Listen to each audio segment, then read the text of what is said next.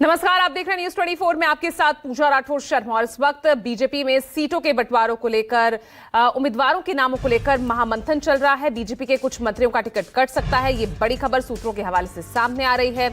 UP, Bihar समेत कई राज्यों में टिकट कट सकता है, ये बड़ी खबर। इस वक्त सरकार के कुछ मंत्रियों का भी टिकट कट सकता है।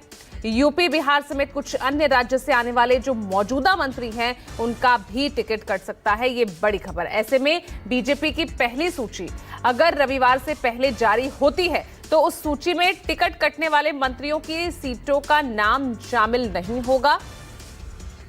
और इसके पीछे भी एक बड़ी वजह यह बताई जा रही है कि मोदी मंत्री परिषद की बैठक 3 मार्च को होनी है, यानी मोदी कैबिनेट की जो मीटिंग है वो 3 मार्च को होनी है। और ये मोदी कैबिनेट की आखिरी बैठक होगी, यानी मोदी 2.0 कैबिनेट की ये मीटिंग। मंत्रियों को कहा गया है कि ये बैठक लंबी और दिन भर चल सकती है, तो लिहाजा कोई कार्यक्रम ना रखे। ऐसे में इस बैठक के बाद ही उन सीटों पर उम्मीदवारों के नाम आने की संभावना है जिन सीटों पर मौजूदा मंत्रियों के टिकट कटेंगे। कुमार गौरव मेरे सहयोगी बने हुए हैं। तो कुमार गौरव, क्योंकि लगातार हम दिखा रहे हैं कि किस तरह से सीटों को लेकर, उम्मीदवारों के नामों को लेकर जो मंथन चल रहा है, इस बार किस फॉर्मूले के तहत यहां उम्मीदवारों की घोषणा, मंथन, चिंतन कर रही है बीजेपी, क्या समझ में आ रहा है?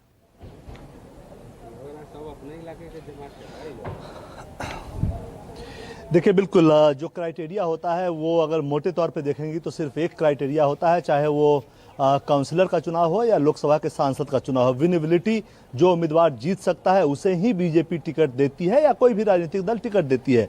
मुख्य तौर पर कल जो सीईसी की बैठक हुई रात 3:30 बजे तक चली। प्रधानमंत्री नरेंद्र मोदी भी बीजेपी दफ्तर में डटे रहे। 155 लोकसभा सीटों पर चर्चा हुई है, और जिसमें उत्तर प्रदेश की लगभग 50 सीटें हैं और बाकी देश के कई हिस्सों में जो सी और डी कैटेगरी की सीट थी, यानी कि जो 14 और 19 दोनों में हारे थे या अगर कभी जीते हैं तो बहुत ही कम मार्जिन से जीते हैं, वैसी लगभग 160 सीट बीजेपी ने तय की थी। धीरे धीरे उसको जीरो इन करते, कम करते करते 80 सीटों पे कल उन 80 सीटों पे भी चर्चा हुई है। उम्मीदवारों की सूची जल्द आने की उम्मीद है, आज भी आ सकती है, कल भी आ सकती है, या फिर 3 तारीख को मोदी मंत्रिमंडल की जो बैठक होगी उसके बाद वो सूची जारी की जा सकती है। तो अभी इसमें कब सूची जारी होगी इसे लेकर थोड़ी असमंजस की स्थिति है, लेकिन हाँ, 3 तारीख को प्रधानमंत्री नरेंद्र मोदी ने अपनी आखिरी बैठक बुलाई है मंत्री परिषद की। मंत्री परिषद और कैबिनेट में फर्क है। कैबिनेट में सिर्फ कैबिनेट स्तर के जो मंत्री होते हैं, कैबिनेट की बैठक जो हर बुधवार या गुरुवार को होती है उसमें कैबिनेट मंत्री शामिल होते हैं, राज्य मंत्री उसमें शामिल नहीं होते हैं। लेकिन मोदी मंत्री परिषद की जो बैठक है 3 तारीख को, उसमें कैबिनेट मिनिस्टर, मंत्री जिनको इंडिपेंडेंट चार्ज मिला हुआ है वो राज्य मंत्री होते हैं, लेकिन विभाग का चार्ज उनको इंडिपेंडेंट मिलता है, वो और राज्य मंत्री, यानी कि पूरी की पूरी प्रधानमंत्री मोदी की जो टीम है केंद्रीय मंत्रियों की, वो उसकी बैठक 3 तारीख को बुलाई गई है। दिन भर की बैठक होगी। अगले 100 दिन की योजना कि आगे 100 दिन में हम क्या कर सकते हैं, नई सरकार आने पे ये कॉन्फिडेंस दिखाने का तरीका भी होता है। इसके अलावा अगले 5 साल का क्या रोड मैप हो। प्रधानमंत्री ने पिछली कैबिनेट की बैठक में भी अपने मंत्रियों से कहा था, कौन आएगा कौन नहीं ये नहीं मालूम, मैं आऊंगा, मुझे ये मालूम है, आप में से कौन रहेगा कौन नहीं। लेकिन पार्टी के आप सभी लोग सदस्य हैं, वरिष्ठ नेता हैं, अगर नहीं रहेंगे तो पूर्व मंत्री की भूमिका में रहेंगे, पार्टी के कामकाज को संभालेंगे, इसलिए अगले 5 साल की योजना को लेकर आइए। और वो तमाम योजनाएं कैबिनेट सेक्रेटेरिएट को मंत्रियों ने भेजी है। कल जो दिन भर बैठक होगी उसमें उस पर भी चर्चा होगी कि आगे का मिशन क्या हो। चुकी इसमें जो बेहतर आइडिया होंगे, क्योंकि यहाँ पर हम अब खबर ये भी आ रही है कि जो मौजूदा मंत्री हैं, क्योंकि कुछ मंत्रियों का टिकट कट सकता है, तो ऐसे में मैं ये समझना चाहूंगी कि जाहिर तौर पर विनेबिलिटी यही एक बड़ा फैक्टर होगा और इसी को लेकर पूरा फॉर्मूला, रणनीति बीजेपी तैयार कर रही है। लेकिन इन मंत्रियों में भी किस नाम पर मुहर लगेगी, कौन सा नाम कट सकता है, इसको लेकर क्या क्राइटेरिया होगा, खतरा किन मंत्रियों पर जो है मंडरा सकता है? देखिए बिल्कुल 3-4 क्राइटेरिया है जिस पे बीजेपी चर्चा करती है या उम्मीदवारों को तय करती है। विनेबिलिटी तो एक ओवरऑल आप कह सकते हैं कंपाइल्ड क्राइटेरिया के अंतर्गत आता है। 3 तारीख को जो बैठक है उसके बाद, पहले एक खबर मैं बता दूं, 3 तारीख को जो बैठक है उसके बाद ही उन मंत्रियों के सीटों पे उम्मीदवारों के नाम का ऐलान होगा जहां से वो सांसद हैं और उसके बाद मंत्री बने हैं। कई राज्यसभा के जो सांसद हैं वो भी इस बार केंद्र का चुनाव लड़ रहे हैं, लोकसभा का चुनाव लड़ रहे हैं, जो केंद्र में मंत्री हैं। तो 3 तारीख, एक खबर यह है कि 3 तारीख के बाद मंत्री जिनको हटाया जाएगा उनकी सीट पे नए उम्मीदवारों के नाम का ऐलान होगा। देखिए, क्राइटेरिया सबके लिए सेम है। परफॉर्मेंस सबसे बड़ा मुद्दा रखता है। पहला, 65 साल से अगर ज्यादा आपकी उम्र है और उस क्षेत्र में आपके बिना पार्टी चुनाव जीत सकती है, या कोई जूनियर है आपसे जो जमीन पे वहां काम कर रहा है and he is knocking on the door of BJP, तो वैसे लोगों को पार्टी कंसीडर कर सकती है। दूसरी बात यह है कि क्षेत्र में आप कितने लोकप्रिय हैं, क्षेत्र में केंद्र सरकार की किन किन योजनाओं को आपने ठीक ढंग से लागू किया है, संसद में अपने क्षेत्र से जुड़े हुए किन मुद्दों को उठाया है। इतना ही नहीं, इसके अलावा मुख्य तौर पर यह है कि केंद्र के किन मंत्रियों से मिलकर आपने अपने क्षेत्र के विकास की बात की है, यह भी एक क्राइटेरिया है।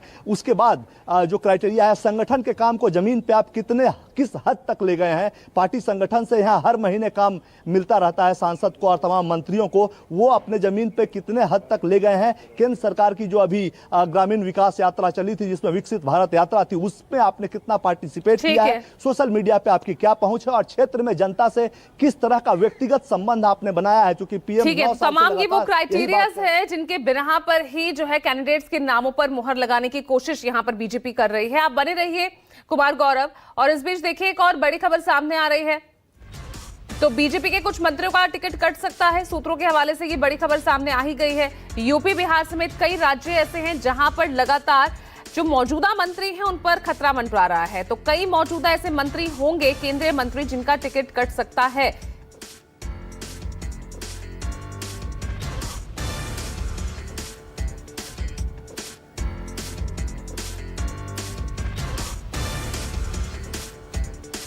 और देखिए अब, क्योंकि हम लगातार आपको दिखा रहे हैं किस तरह से अब अपने उम्मीदवारों की लिस्ट को लेकर बीजेपी लगातार चिंतन मंथन कर रही है। कल देर रात ये बैठक शुरू होती है और सुबह 3:30 बजे तक ये बैठक रही, जिसमें खुद प्रधानमंत्री नरेंद्र मोदी मौजूद रहे।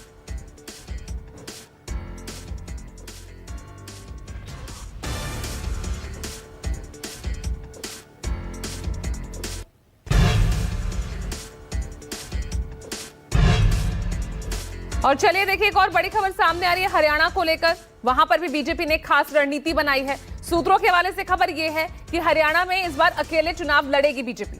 सभी 10 लोकसभा सीटों पर बीजेपी अकेले चुनाव लड़ेगी। ये बड़ी खबर सूत्रों के हवाले से मिल रही है।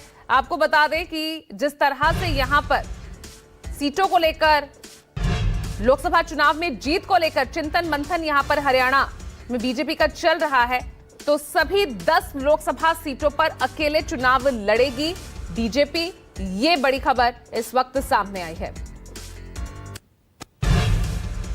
तो राज्य दर राज्य लगातार यहां पर चिंतन मंथन। हरियाणा के बाद अगर राजस्थान की बात कर लें तो राजस्थान से भी बड़ी खबर आई है। सभी 25 सीटों पर टिकट लगभग फाइनल हो गया है और 25 में से 10 सीटों पर नए चेहरों को मौका दिया जाएगा। फिलहाल सूत्रों के हवाले से यह खबर है, लोकसभा अध्यक्ष ओम बिरला, उन्हें कोटा से, सीपी जोशी, वो फिर से चित्तौड़गढ़ से उन्हें मौका दिया जाएगा। राजेंद्र राठौर को भी इस बार मौका मिल सकता है। सूत्रों के हवाले से खबर यह है 10 सीटों पर नए चेहरों को मौका दिया जाएगा। और उधर देखिए सीईसी की बैठक में दिल्ली को लेकर भी मंथन हुआ है। दिल्ली में भी फेरबदल की तैयारी में बीजेपी है। हालांकि अभी कुछ स्पष्ट नहीं है, सब कुछ सूत्रों के हवाले से ही है। 4 या 5 सांसदों के टिकट कट सकते हैं दिल्ली में भी, तो यहां पर भी बड़ा फेरबदल हो सकता है। दिल्ली की 7 सीटें और उनमें से 7 ही क्योंकि इस वक्त बीजेपी के खाते में है। पिछले लोकसभा चुनाव में 7 सीटों पर बीजेपी काबिज रही, उनमें से 4 से 5 सांसद उनके टिकट कट सकते हैं। और देखिए यहां झारखंड को लेकर भी चिंतन मंथन हुआ है और यहां की 14 लोकसभा सीटों में से 13 पर बीजेपी है, 1 पर आजसू लड़ेगी चुनाव। ये भी सूत्रों के हवाले से खबर। कुल 14 झारखंड की लोकसभा सीटें, जिन पर 13 पर बीजेपी और 1 पर आजसू चुनाव लड़ सकती है। ये भी बड़ी खबर सूत्रों के हवाले से सामने आ रही है।